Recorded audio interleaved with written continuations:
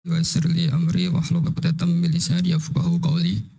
Allahumma shalli wa sallim wa barik ala sayyidina Maulana Muhammadin wa ala alihi washabihi asmin amma ba'du. Yang sangat saya hormati Bapak Wakil Presiden Profesor Dr. Kiai Haji Ma'ruf Amin dan istri.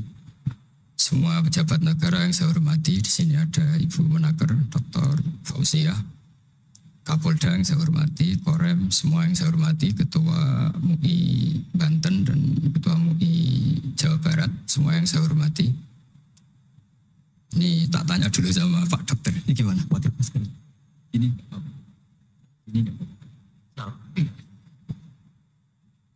Bismillahirrahmanirrahim. Saya syukur sekali diberi kesempatan sowan sama Kiai Ma'ruf, karena beliau juga mustasyar kami di PBNU, dulu mimpin sebagai Rois Am dan dekat sekali dengan guru saya Kiai Haji Maimun Zubair. Terakhir ke sana sama Kiai ya, Kiai Ma'ruf ya, sama-sama banyak Kiai di acara Bahmun. Saya akan matur tidak banyak, tapi saya pastikan semua itu berdasar naskah yang ditulis Syekh Nawawi. Saya cerita yang serius itu 3, yang rileks 3. Di dulu itu lama itu ya rileks. Di antara tulisan Syekh Nawawi, saya ini termasuk pengagum Kiai Nawawi karena Kiai Maimun, putra Kiai Zubair itu saking senangnya Kiai Nawawi itu naskahnya itu banyak tentang Syekh Nawawi. Dan saya termasuk zuriyah Kudus, saya masih keluarga dengan Raden Asnawi, masih keluarga karena sama-sama zuriyah dari Mbak Asnawi Sepuh. Itu yang akhirnya menikah Nyai Hamdana, yang dulu pernah dinikah Syekh Nawawi. Terus Nyai Hamdana itu dulu dengan Syekh Nawawi punya putri namanya Zuhroh. Setelah dengan Raden Asnawi punya anak dinamai Zuhri. Punya zuriyah, ada yang namanya Kiai Minan, Kiai Niam, terus punya anak-anak, di antaranya Kiai Hafid yang jadi menantu keluarga Saran. Saya kalau boleh cerita, saya ini khatam Tafsir Munir itu 3 kali. Dulu ngaji di Sarang 2 kali, terus belajar sendiri, terus mentakriri. Takriri itu beri catatan-catatan yang untuk meneguhkan satu rilis ya, atau satu tag atau satu ibarat yang diinginkan Syekh Nawawi. Saya beri beberapa contoh dan ini dipraktekkan di Indonesia. Orang Indonesia itu mesti hafal Fatihah dan semuanya merasa pintar. Itu ya barokahnya Syekh Nawawi, karena kata Syekh Nawawi itu semua Quran dikumpulkan di Fatihah. Fatihah itu dikumpulkan di Bismillah. Nah, Bismillah itu dikumpulkan di Ba. Baknya saja masih dikorting di titiknya saja. Jadi kalau orang bisa titik itu sudah menguasai satu Quran. Karena pikirannya Syekh Nawawi itu semua Quran itu menerangkan tauhid, dan tauhid itu dimulai dari ba. Ba itu bi kana makana wa bi yakunu mayakun. Jadi karena saya, kata Allah, yang ada menjadi ada, yang enggak ada juga menjadi akan ada kalau Allah menghendaki wujud. Sehingga dulu Syekh Nawawi itu sudah sukses membuat pikiran kita itu rileks. Kalau nggak bisa Quran semuanya ya Fatihah. Kalau Fatihah nggak bisa ya baca Bismillah. Setidaknya orang Islam itu nggak boleh tercerabut dari Quran. Sehingga saya kalau baca teks-teksnya Syekh Nawawi itu punya pengaruh besar di cara pandang kiai-kiai Indonesia. Di antara yang paling monumental, dan setelah ini saya akan tidak menambahi juga tidak mengurangi, adalah Syekh Nawawi cara menganalisis surat Ar-Rum. Di Indonesia itu menerima faham beragama, tapi tidak menerima faham ateisme. Itu dulu zaman Rasulullah SAW Sugeng, itu ada kekuatan besar yaitu Romawi dan Persia. Singkat cerita, Persia ini tanpa nabi, tanpa kitab suci, yang Romawi ini punya nabi dan punya kitab suci. Meskipun versi mereka. Ketika orang Persia mengalahkan Romawi, itu nabi terus dicibir, diolok-olok sama orang kafir Mekah. Muhammad, kawan kamu yang punya kekuatan langit, maksudnya punya kitab suci, ternyata kalah. Paling kamu juga kalah dengan kita yang tanpa pegangan langit. Nabi itu susahnya minta ampun. Karena Nabi tidak bisa membayangkan kalau kehidupan manusia itu tidak dipandu agama, tidak dipandu kitab suci. Meskipun zaman itu ya Romawi itu tidak Islam. Kemudian kata Nabi diberitahu Allah Ta'ala antara 3 sampai 9 tahun pasti Romawi akan mengalahkan Persia. Dan itu enggak dianggap kemenangan Romawi mengalahkan Persia, tapi menangnya ahli kitab, orang yang berpegangan kitab suci mengalahkan orang yang tidak berpegangan kitab suci. Dan saat itu Allah ngendikan wa yauma idzi yafrahul mu'minun, di hari kemenangan Romawi mengalahkan Persia atau kemenangan ahli kitab terhadap non ahli kitab, itu orang mukmin itu senang sekali. Sangat senang. Ini saya baca di tagnya Syekh Nawawi supaya di sini Anda tidak mendengarkan pendapat saya, memang benar-benar mendengarkan apa yang dikatakan Syekh Nawawi.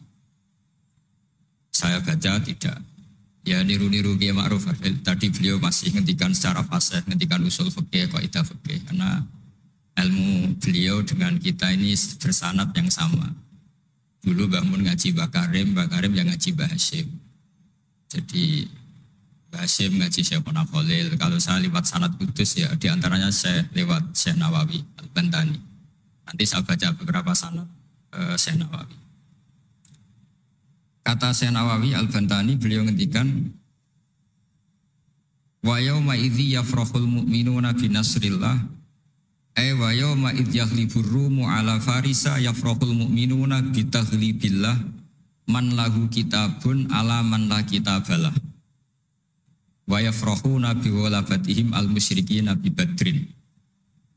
Jadi bangsa Indonesia itu terbiasa berkawan sama orang yang beragama, tapi tidak biasa berkawan dengan orang-orang yang tidak beragama.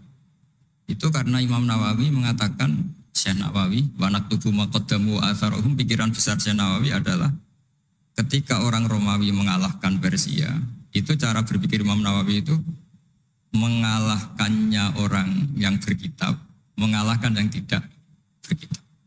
Jadi ini bukan pendapat saya, juga bukan pendapat siapapun, tapi murni saya baca teks yang dari Syekh Nawawi.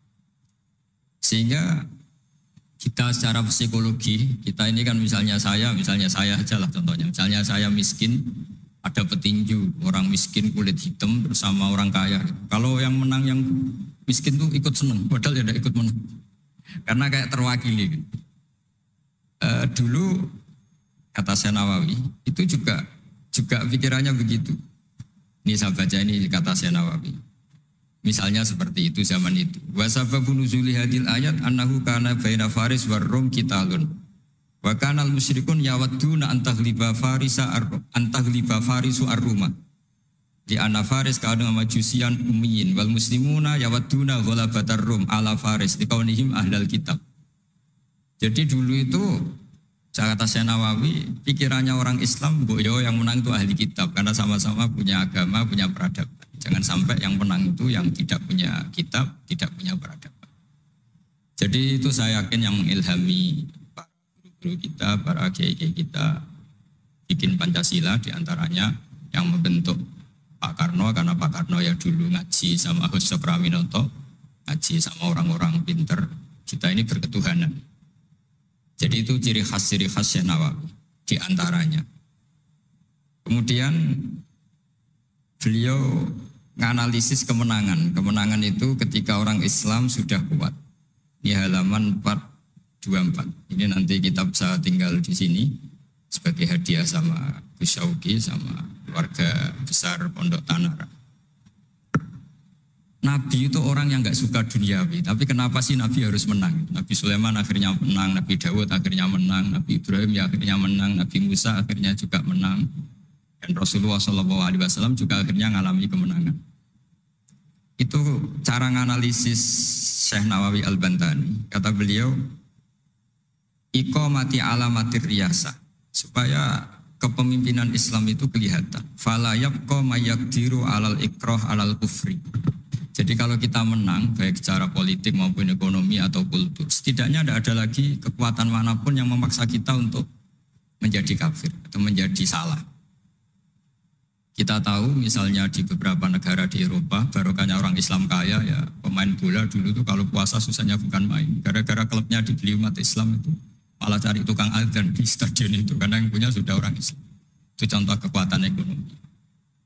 Dulu kita mungkin ngalami pengajian tuh kayak apa susahnya. Sekarang ketika banyak orang-orang yang dari dunia kiai cakep, ya, sekarang ya nyaman.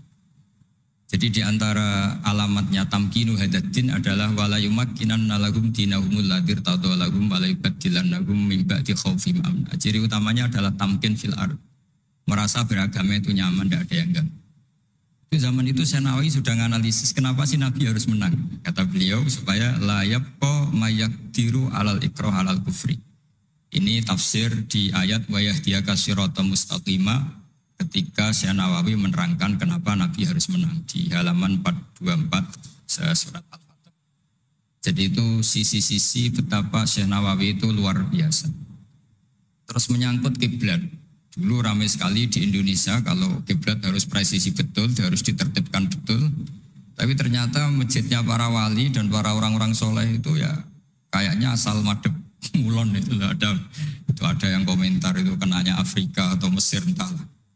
Tapi Imam Syekh Nawawi zaman itu ngendikan setelah beliau cerita presisi, beliau ahli falak. Saya tahu banyak keahlian beliau falak karena saya punya kitab gurunya Syekh Nawawi. Namanya Syiarus Salikin, itu karangan guru beliau, Syekh Abdus Somad. Itu kata beliau selain menukil pentingnya presisi kiblat, tapi beliau tetap menukil itu ngutip Waruwiya an Ibni Abbasin annahu qol al-baitu qiblatun li ahlil masjid wal masjid qiblatun li ahlil haram wal haram qiblatun li ahlil masyriq wal maghrib.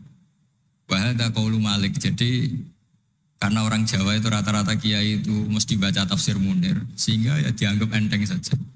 Ya sudahlah pokoknya kira-kira madhep mulon itu. Karena kalau masjid dipresisikan detail, nanti pertanyaannya juga yang sudah mati-mati harus dipresisikan karena wajib madhep kiblat itu tidak hanya sholat tapi juga orang yang sudah meninggal itu bisa ribet itu. Ya kalau yang mbahnya wali jenazahnya masih utuh, kalau yang enggak wali kan sekliwat itu karena sudah enggak ada bentuknya. Makanya dulu ada guyonannya kiai mau dipindah itu utuhnya enggak boleh. Jangan, kalau mbah saya wali saya keren, jasadnya utuh. Kalau mbah saya enggak wali. Jadi ya, tapi apapun itu saya cerita betapa efek dari pikiran besar Syekh Nawawi itu mempengaruhi kita sehingga dulu masjid-masjid, musola-musola itu ya tetap hati-hati lah, tapi ya tetap saja agak longgarnya lah, ada longgarnya karena beliau tetap mengutip wal haram qiblatun lil adil masyriq wal maghrib. Jadi tidak hanya Mekah dengan makna Ka'bah atau dengan makna Masjid Haram, tapi semua tanah. Dan itu bisa 25 atau 20 kilo persegi. Kemudian ini biar benar-benar halnya Syekh Nawawi. Jadi saya tidak cerita pikiran saya, tapi murni cerita Syekh Nawawi, murni cerita Syekh Nawawi. Saya punya naskah banyak karena memang saya nekuni betul. Saya khatam, kalau enggak 3 kali saya khatam tafsir Munir. Ketika beliau menafsirkan fa inna hizballahi humul ghalibun.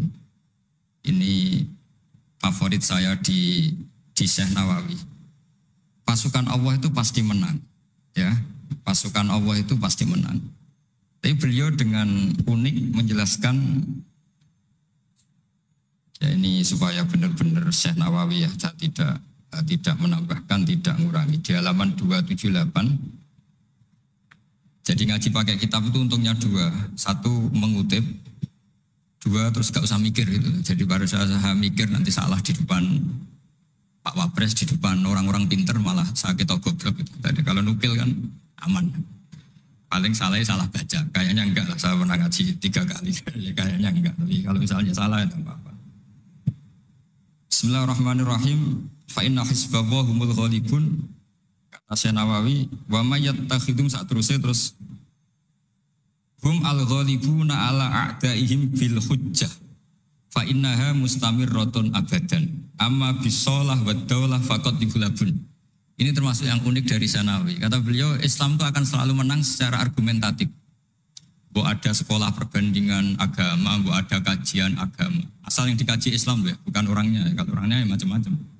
Itu pasti argumentasinya itu meyakinkan karena hujjah. Hujjah bahwa Allah itu satu, bahwa kita harus berakhlak, kita harus meninggalkan narkoba, harus meninggalkan perzinahan. Itu argumentasinya mantap, secara uluhiyah mantap, secara sosial juga mantap. Tapi kalau secara kekuatan politik mungkin akan selalu ada meskipun inginnya kita tidak ada. Orang-orang Islam yang minoritas di negaranya atau dengan tanda kutip tertindas di negaranya. Zaman itu Senawi sudah ngendikan yang pasti menang itu bil hujjah fa innaha mustamirratun abadan. Ini di halaman 278. Amma bisaulah wa daulah faqad yuhlabun. Kalau kekuatan struktural negara atau politik atau ekonomi, ya namanya hukum sosial ya kadang kalah. Dan itu dibuktikan secara lahir. Dulu Rasulullah itu pernah kalah di perang Uhud secara lahir. Ya karena itu fisik. Tapi kalau argumentasi logika Islam itu tetap kul falillahil hujjatul baligh. Logika Islam adalah logika yang kelima. Saya kalau didatangi beberapa dosen dari Jogja, saya sering cerita logika Islam yang paling kelima itu diantaranya saya sering memberi contoh. Ini misalnya saya megang kertas, ini besi. Pasti orang itu bilang besi sama kertas itu kuat besi. Tapi Anda salah. Secara materi memang besi lebih kuat ketimbang kertas. Tapi masalahnya yang mengendalikan saya ingin menghancurkan besi sementara ingin menyimpan kertas.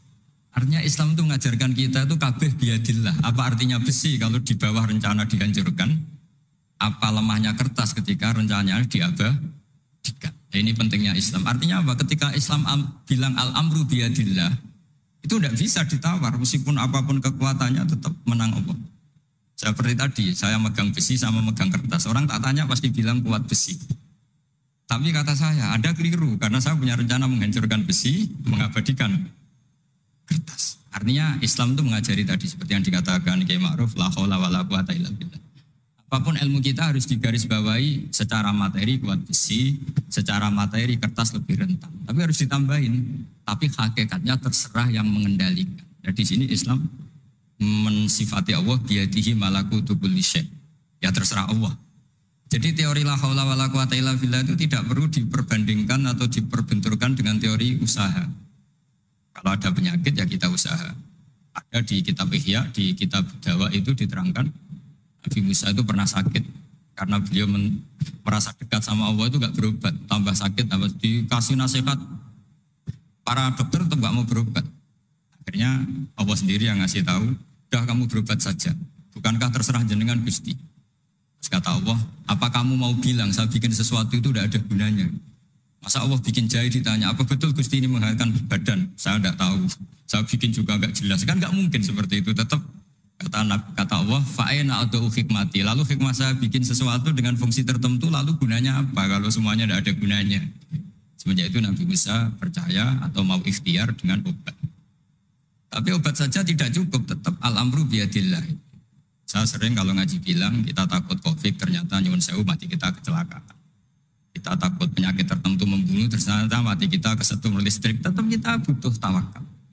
Meskipun bersamaan dengan itu tetap ada usaha melawan COVID, ingin menghilangkan penyakit-penyakit itu. Tapi tetap al-amru biyadillah. Sehingga ada keserasian syariat dan keserasian hakikat.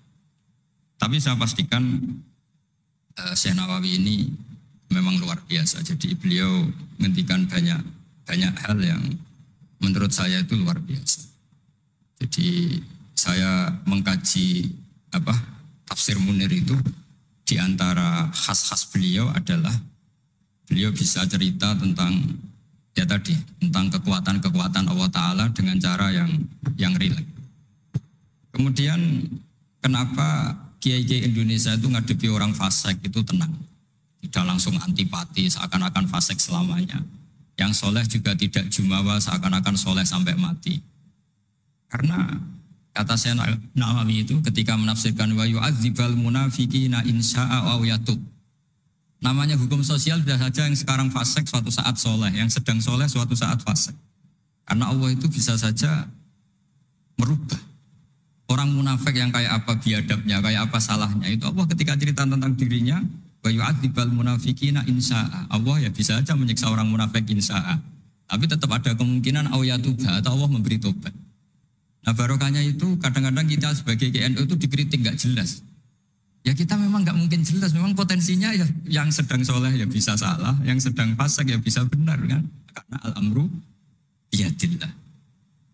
Itu ciri khas Syekh Nawawi. Jadi beliau dan itu membentuk kita semua di halaman 251 juz 2 beliau ngendikan haitsu razaqahum al-iman. Sehingga ya mereka bisa saja suatu saat dikasih iman. Jadi itu contoh-contoh. Kemudian di halaman 288 ketika nah ini biar benar-benar kholnya Syekh Nawawi memang saya persiapkan khusus karena saya memang nggak perlu nyari karena saya punya takriran lengkap tentang tafsir Munir. Jadi saya hanya butuh kutip, butuh memindah saja. Karena naskah itu sudah ada di rumah, terus ini tak pindah di sini dan rencana kitab ini tak tinggal di sini memang untuk hadiah kepada Gus Syauqi. Ketika Syekh Nawawi cerita tentang wala tajidanna aqrabahum mawaddatan lil ladzina amanu ladzina qalu inna nasara. Jadi suatu saat di komunitas yang kamu adepin itu kamu akan menemukan orang yang alyan. Alyan itu lebih rileks, lebih ya cara bahasa sekarang mungkin lebih simpati. Jadi orang Indonesia itu lebih simpati pada agama tertentu daripada yang lain. Misalnya kata Syekh Nawawi ngendikan waqad qala ba'duhum madzhabul yahud annahu yajibu alim isalu syarri ila man khalafahum fiddin. Terus ketika beliau cerita yang satunya wa aman nasara falaysa madzhabum dzalik balil idza haramun fi dinihim fahada wajib tafawud. Jadi akhirnya orang Indonesia itu terbiasa dengan seperti ini karena dulu Syekh Nawawi sudah bilang. Jadi betapa Rasulullah itu lebih ingin yang menang itu yang masih punya agama. Jangan sampai yang nggak punya agama itu menang.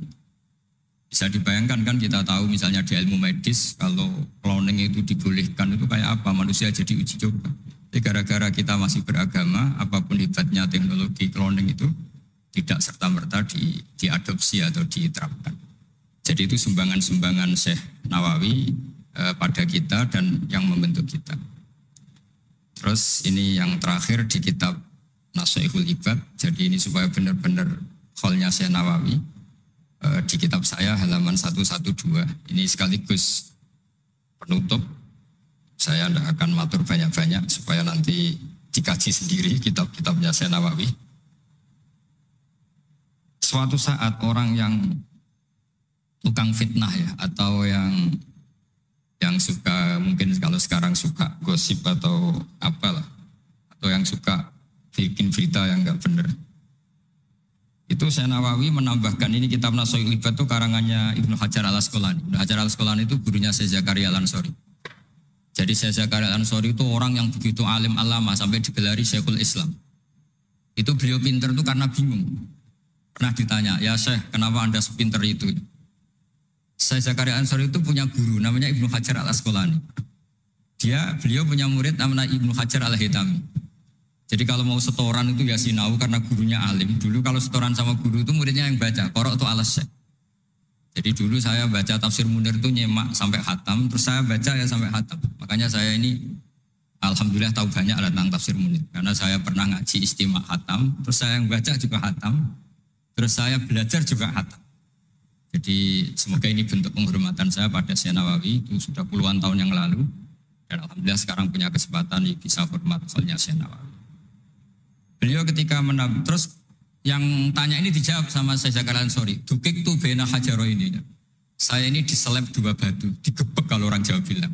Karena kalau mau ngaji ya takut, mau ngajar juga takut karena muridnya pinter. Kalau dia bacanya salah itu ketahuan. Jadi guru kalau ingin pinter cari murid yang pinter, pasti mutolaah dulu. Karena sampai kalau baca rofa nasabnya salah, pasti terus muridnya boyong. Goblok tenan guru-guru gitu. Karena dari punya murid pinter, makanya kalau ada mahasiswa pinter, mesti dosennya tambah pinter. Karena dia kalau bacanya banyak, muridnya akan mikir. Itu disebut dukik tuh bena hajar ini.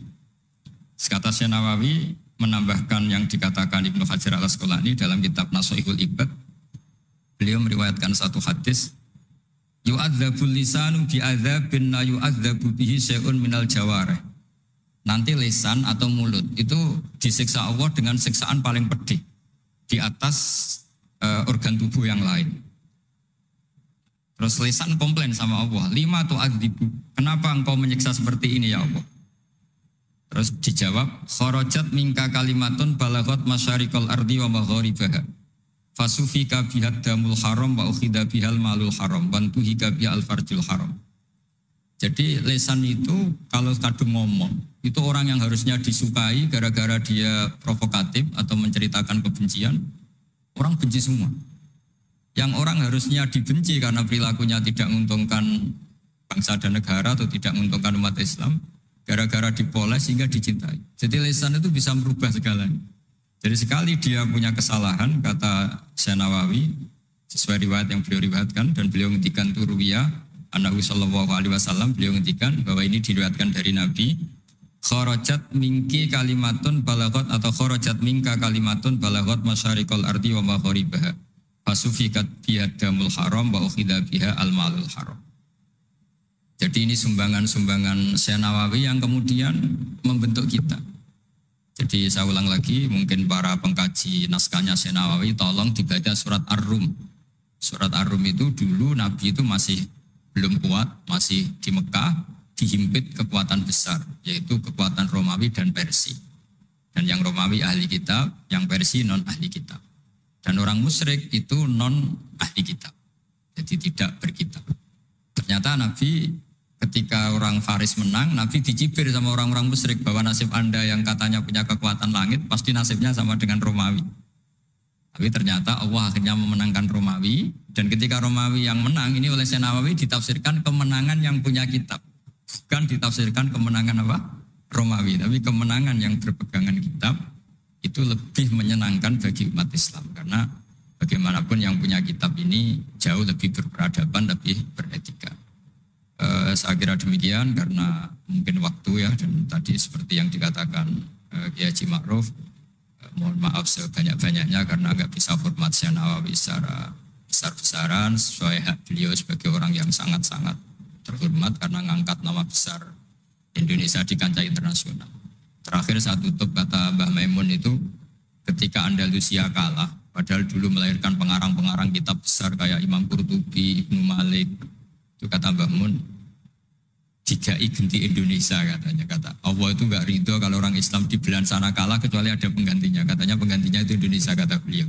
Buktinya kita tidak berbahasa ibu Arab, tapi banyak melahirkan pengarang-pengarang kitab dengan al-fasohah fi nihayatil ulya. Karangannya Syekh Nawawi, Syekh Mahfud At-Turmusi itu punya tingkat fasohah yang setingkat bahasa aslinya. Makanya ada Syekh Khotib Minangkabau itu namanya Muhammad. Dia orang Indonesia, orang Minangkabau. Tapi ketika dipek mantu orang Arab dicibir. Kamu kok punya menantu orang Ajam? Orang Ajam itu dianggap gak bisa ngomong. Beliau secara spontan gak dikasih tahu, disuruh khutbah. Ternyata beliau takallama bilisanin fasih wa bikalamin fasih wa bikalamin baligh. Akhirnya orang-orang Mekah itu kagum semua. Makanya terus dapat gelar Muhammad Khotib. Jadi dia Khotib itu gelar karena ini ajamiyun min ahli Jawa atau min ahli Indonesia yang bisa ngendikan bahasa Arab secara apa? Fasih. Jadi semenjak itu terus ada gerbong besar setelah Syekh Nawawi itu banyak lah, ada Abah Soleh Darat, ada Syekhona Khalil, terus Top Kosania, ada Syekh Mahfud, macam-macam, terus Top Kosalisa, ada Mbah Hashim, ada Mbah Wahab, ada Raden Asnawi dan seterusnya dan seterusnya. Semoga kula jenengan termasuk orang-orang yang mencintai beliau, karena sanad saya tadi saya matur sama Kiai Haji Ma'ruf. Memang sanad Qadiri itu dulu dari sini, dari kakeknya Mbah Ma'ruf, dari Mbah Karim. Saya juga tahu itu karena sering dikasih tahu para mursyid thariqah. Dan itu tadi kita sempat baca di Bahjatul Wasail, memang beliau itu Al-Qadiri, jadi apa? Asy-Syafi'i madhaban wal Qadiri apa? Thariqatan. Mohon maaf. Assalamualaikum warahmatullahi wabarakatuh.